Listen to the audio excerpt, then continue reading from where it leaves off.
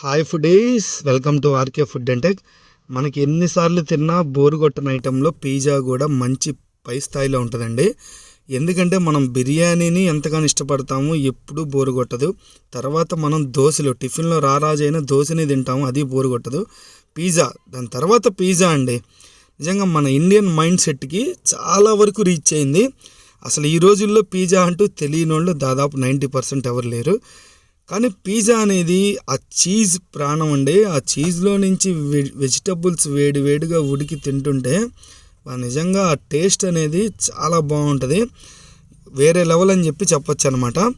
అయితే ఎన్ని వెజిటబుల్స్ పడతాయో అంత టేస్ట్ అయితే పెరిగిద్ది పిజ్జాలో. ఇంకా మనకి రమ్యాలో అయితే పెద్ద ఫ్యామిలీ ప్యాక్ లాగా ఉంటుందండి. నేను తీసుకుంది అయితే 240 రూపాయలు. దగ్గరగా 12 పీసులు అయితే కట్ అవుతాయి, అంటే 6గురికి వస్తుందండి. ఎప్పుడైనా బర్త్డే సెలబ్రేషన్స్ ఈసారి కేక్ కాకుండా ఒకసారి పిజ్జా ఇట్లా తీసుకొని కట్ చేయకుండా తీసుకొని మీరు కట్ చేసి ఒక కేక్ లాగా సెలబ్రేట్ చేసుకోండి, చాలా సంతోషంగా అయితే ఉంటుంది అనమాట. మన బడ్జెట్లో మనకి నచ్చిన ఫుడ్ వచ్చినప్పుడు ఆనందమే వేరు.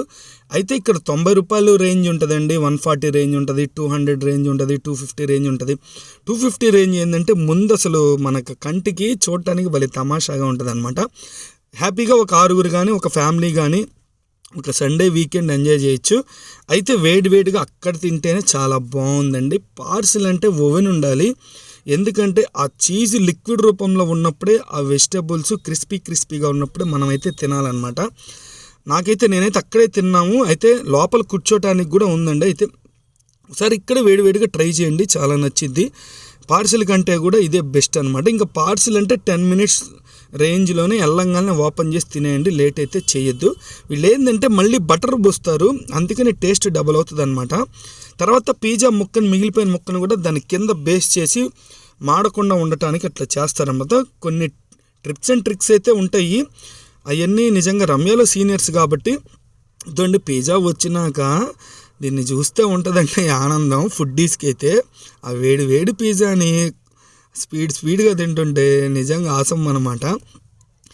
తర్వాత 90 రూపీస్ రేంజ్లో కూడా బాగానే ఉంటుందండి, చిన్న సైజు. అంటే మీ బడ్జెట్ని బట్టి మీ ఫ్యామిలీని బట్టి అయితే చూడొచ్చు. అయితే మీరు ఎప్పుడైనా ఒంగోలుకి వస్తే మాత్రం ఒక రేంజ్ బడ్జెట్లో టేస్టీగా కడుపు నిండాలి అని అంటే మాత్రం రమ్య పిజ్జాకి నేనైతే ప్రిఫర్ చేస్తాను. ఇప్పుడు ఇదే బడ్జెట్లో అంటే కొద్దిగా బ్రాండెడ్లో వాళ్ళ క్వాలిటీ వేర్లేండి, ఎవరి టేస్ట్ వాళ్ళది. కొద్దిగా మన బడ్జెట్లో అందరికీ కొద్దిగా సరదాగా ఉండడానికి ఇదైతే మనకి బాగా సపోర్ట్ చేస్తుంది అనమాట. నాకైతే తర్వాత మనమైతే దగ్గరగా ఒక 6గురు అయితే తినగలిగామండి, 2 పీస్ లెక్కన. చాలా బాగుంది. తర్వాత మీకు ఇంకా ఫుడ్ గురించి చాలామంది సపోర్ట్ చేస్తున్నారు, బాగా ఇంట్రెస్ట్గా చూస్తున్నారు. ఒంగోలు నుంచి బయట దేశాల్లో కానీ వేరే ఊర్లలో కానీ సెటిల్ అయిన వాళ్ళు కూడా మన ఊరి మీద ప్రేమతోటి చాలామంది కామెంట్స్ చేశారండి. ఒక ఫుడ్ మీద ఇంట్రెస్ట్గా నేను మొదలైనా కానీ మీరిచ్చే ప్రోత్సాహం కానీ చాలామంది కామెంట్స్ చేయటం వల్ల కానీ నాకు ఇంకా చేయాలనే ఇంట్రెస్ట్ అయితే ఉంది. తెలియకుండానే లోకల్ ఫీలింగ్ కూడా బాగా వచ్చేసింది. అంటే మనం స్టార్ట్ చేసింది ఒకటైనా కానీ అందరి అభిప్రాయం ప్రకారం కూడా మన మనసులో మారుతూ ఉంటాయి. టోటల్గా ఇట్లాగే సబ్స్క్రైబ్ చేసుకొని సపోర్ట్ చేయండి. నాలాంటి చిన్న యూట్యూబర్స్ చాలా కంటెంట్ కోసం కష్టపడుతూ ఉంటారు.